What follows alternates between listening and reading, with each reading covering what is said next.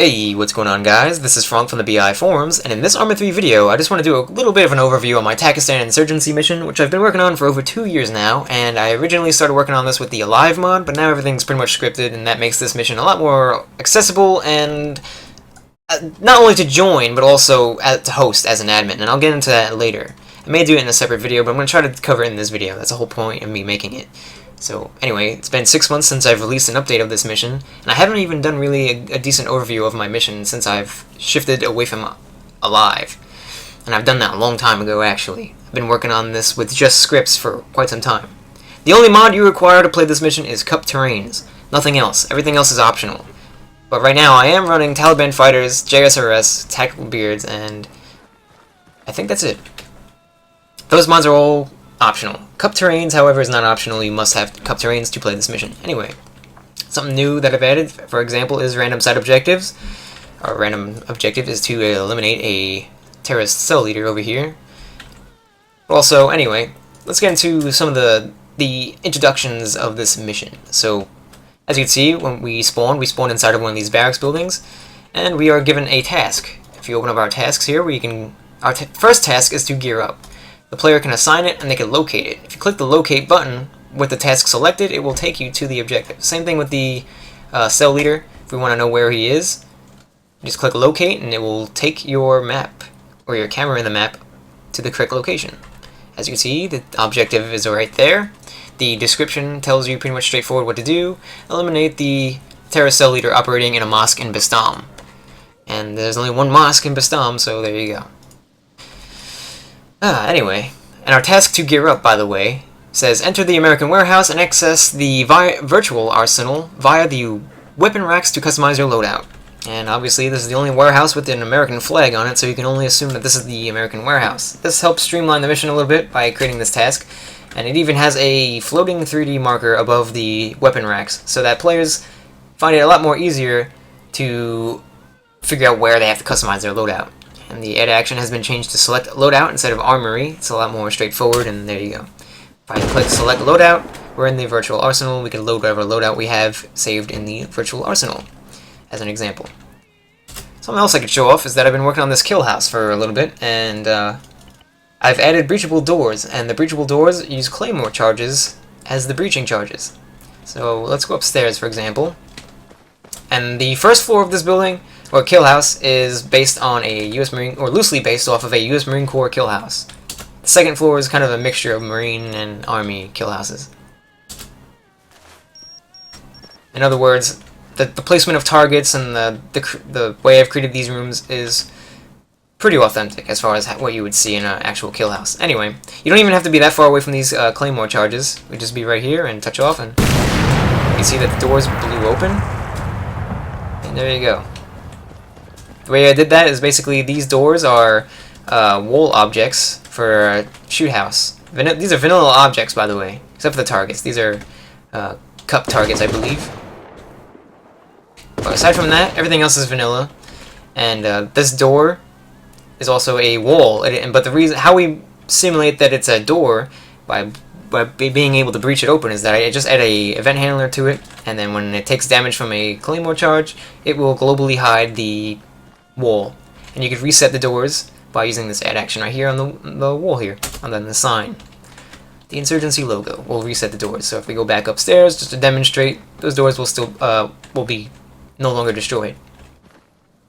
Anyway, moving on, showing off a little bit more about the base. You can check the map, and you can see I've streamlined the mission a little bit. So we have markers here everywhere. We have rotary wing, fixed wing, armor, motor pool with MAMRAPs or Humvees, maybe, if you have Cup vehicles enabled. We have a vehicle rearm area to rearm our vehicles. It will repair, refuel, and rearm with munitions if possible there. And a parajump marker. This has, also this marker right here is where players will respawn. I don't know if I've even just said this, my memory is really bad, but in case I haven't already explained that, that's what these markers are here for, just to streamline the map a little bit, and the layout of the map will be much better in the future. By the time I release this mission, everything will be a lot more streamlined and fleshed out. This is just a demonstration of what to expect when I do release this mission this month. The month of November will be the release of Takistan Insurgency version 1.0i, I believe it is. And as you can see, we have a instead of our halo jump at action being attached to a flagpole or some guy at a desk, it is now a C-130 on the runway. I feel like that fits the context of the halo jump a lot better. And if you want to rearm your vehicle or whatever, that's over here on this helipad. You just put your vehicle over here, and there you go. This works for wheeled vehicles, tracked vehicles, and rotary wing. Maybe even fixed wing, but I have not checked that yet. It should work for them as well. What else? We also have guards defending the base. So as you can see, we have some couple guards on 50 cals in bunkers. So one here by the runway, and another one by the road over here. And those guys are basically there to prevent insurgents from getting into the airbase. They still manage to get in sometimes, but it reduces the chance that the insurgents will get into our base. And this is Loy Manera, one of the many towns you have to clear. As you can see, it's a red grid square on the map. That means we have to clear it. It is hostile. It's different, and everything is randomized. The amount of units, the types of units, what they're equipped with, if there's vehicles or not, if there's static weapons or not, the amount of civilians, whether the civilians are rebellious or not, stuff like that. It's all random every time you play. Each individual insurgent and each individual civilian is randomized, as well as the composition of vehicles and stuff. So there may be off-road vehicles here carrying guys, there may be 50 cal technicals, for example, like here, or there may be no vehicles whatsoever. If you have Cup vehicles enabled on the server, then the mission will automatically detect those mods running on the server and use Cup vehicles. So you'll see, ArmA 2 technicals instead of ArmA 3 technicals. You'll see also armored vehicles, as well as MI8s and so on and so forth. If you have Cup weapons enabled, then the insurgents will be using Cup weapons instead of vanilla weapons. And right now we are running Taliban Fighters, the mods Taliban Fighters, Tactical Beards, and Cup Terrains, as well as JSRS. As I've said, Cup Terrains is the only mod required to play this mission. The other mods are optional. So as we can see, because the server is running Taliban Fighters and Tactical Beards, the civilians and insurgents will utilize those mods. So this guy is wearing a Taliban Fighters uniform and headgear, and he's using a Tactical Beards beard, as you can see right there. If you connect to the server, we're running those mods, but you, yourself, as a client, are not running those add-ons, you'll see the civilians as just Altus civilians, wearing the striped shirt, and the shorts, with the sandals. And the insurgents will be wearing CSAT uniforms, but without headgear. It's better than seeing invisible units. And basically how I do this, how I bypass the invisible unit bug, basically, it's not really a bug, but if you connect to the server, or a mission, that is running RHS units, and the units that are spawned are RHS units, a client connecting to that mission or server without RHS will not be able to see those RHS units. Those guys will be invisible to the player, not running those mods. And so basically my way of going around it is that I spawn CSAT units and then redress them based on what mods are available from the server. So basically, to briefly, I guess, explain, or maybe extensively explain, RHS units are modded units. They do not inherit vanilla units, basically. So if you connect to a server with modded units, and not just RHS, I'm just using that as an example, but modded units will not be visible to clients who don't have that modded unit pack. However, the way I bypass it is I spawn a vanilla unit, such as a CSAT unit or a vanilla civilian unit from Altus, and then I redress them. And during the redressing process, which occurs upon spawning these units, it is checking to see what mods are available and activated. If no mods are activated, then these guys will be dressed up in vanilla gear, vanilla content, all vanilla content. But if the server is running modded content, then obviously they're going to be utilizing modded content, as you can see here. Clients connecting. So if I'm running these mods, let's say your server is hosting Cup Terrains, Taliban Fighters, and unfortunately Tactical Beards, there's no buy key for that. But if you have verified signatures turned off, then and you have Tactical Beards turned on, then players will be able to see these mods. However, if the client, of course, isn't running those mods, they will not be able to see the units using those mods. Hopefully that makes sense. This weapon he's carrying is a vanilla weapon, as well as his vest, and whatever backpack he will have. If the guy has an RPG, he will spawn with a backpack. Let's see if we can find some examples. Better examples. I'm going to try to explain this as quickly as possible. I know I'm over-explaining a lot of this, but I'm trying to make this as clear as possible. Hopefully it doesn't end up in making things confusing. I'm not seeing anyone in backpacks, but you could tell that this guy's wearing a vanilla vest, I think. It's one of the paramilitary vests added by the Tanoa expansion. This is actually an ArmA 3 off-road vehicle, and I've disabled their the randomization of skins, so that's actually an optimization, and it turns out it makes these vehicles white. So it kind of makes them look like a, you know, all the insurgents in Iraq and Afghanistan pretty much drive around in white off-road vehicles, so there you go. It's an optimization, and it fits the context of the mission. So again, we're using vanilla weapons here. If you have cup weapons enabled on the server, then he will be using cup weapons. If you have a modded uniform mod that is supported by this mission, then they will utilize those mods. So, in case I haven't gone over it already, the supported mods for this server, or for this mission, are TFAR, Acre 2, Cup Terrains obviously, Cup Units, Cup Weapons, and Cup Vehicles, Taliban Fighters, and Tactical Beards. Those are currently the only supported mods. Ace is somewhat supported, but really it's not much. It's really just to make it compatible. I will add full Ace compatibility and support in the future, as well as RHS support, but that's not a focus right now. Don't worry about the dumb AI right now. I'm client hosting this right now, so there may be some AI issues or performance issues. This is mainly intended to be run on a dedicated server, and it performs 1,000 times better on a dedicated server. I have a cheap-ass dedicated server, and it runs extremely just better in so many ways. And I'll put the description, the server information in my description of this video, in case you guys want to try this mission out. Anyway, moving on. So you're probably wondering what the hell makes this insurgency mission different than all those other insurgency missions. Well, aside from the thing I just mentioned, how this mission has automatic mod integration, basically it also has enemies that spawn not just inside red grid squares. Typically in insurgency missions, what I've seen in every insurgency mission, is that enemies only spawn in red grid squares. However, in my mission, they will spawn outside of red grid squares as well, but also in logical locations. So, for example, let's say we go to Tamerkale, and while this is happening, I could also take the time to explain how this works. So let's go right here. Actually, let's go over here. Let's make myself set captive true. Alright.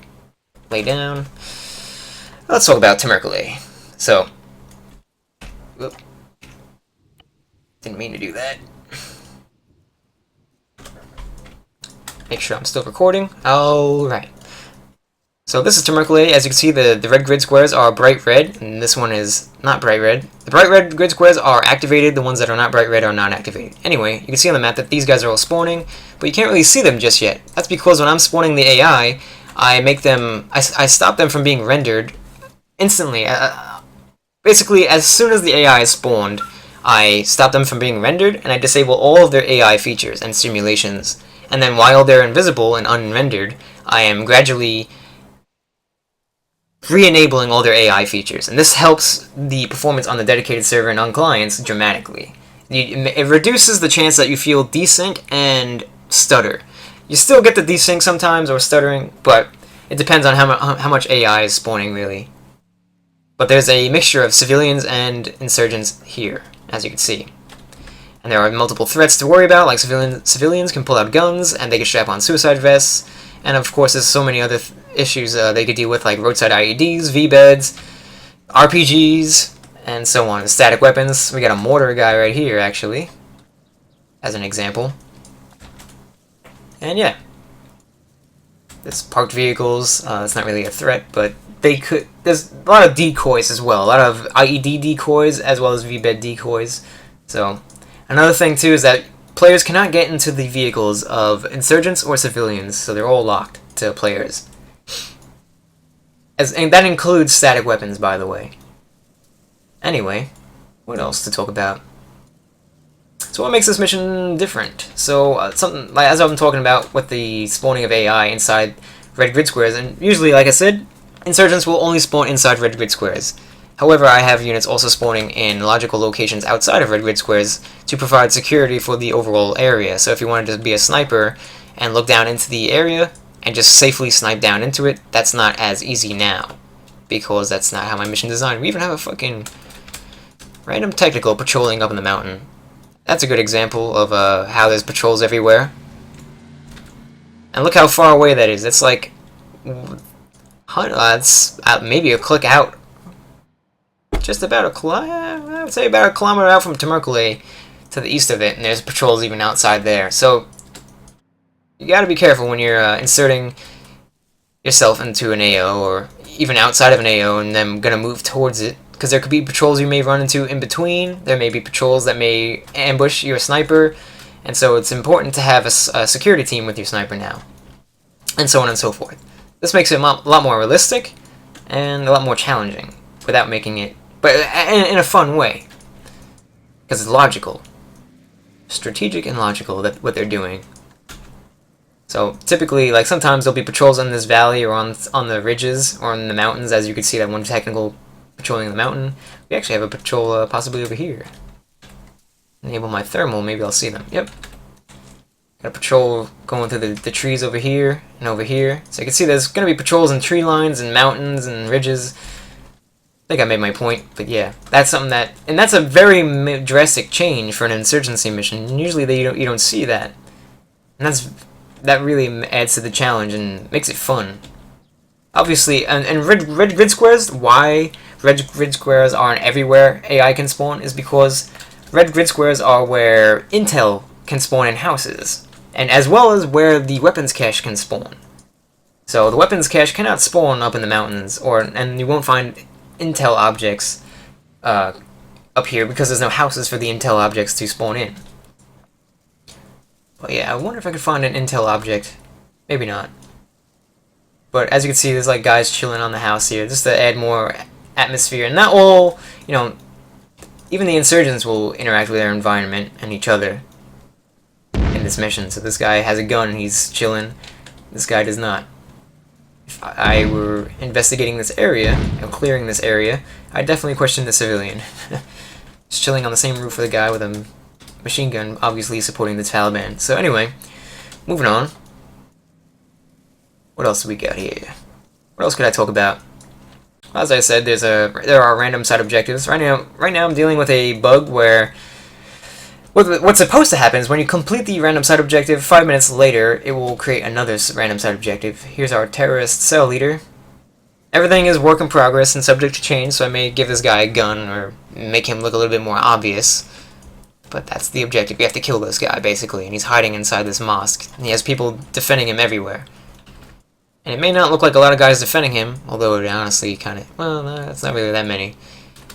But there are also static weapons around the perimeter of side objectives, such as this guy, on a 50 cal. And you can see that they're defending the perimeter around the objective, but once we get in this area, this whole big-ass fucking red grid square, as well as this one, will activate, and that will spawn in a lot of AI, of course, that we're going to spawn there regardless whether the objective that was located in this area or not.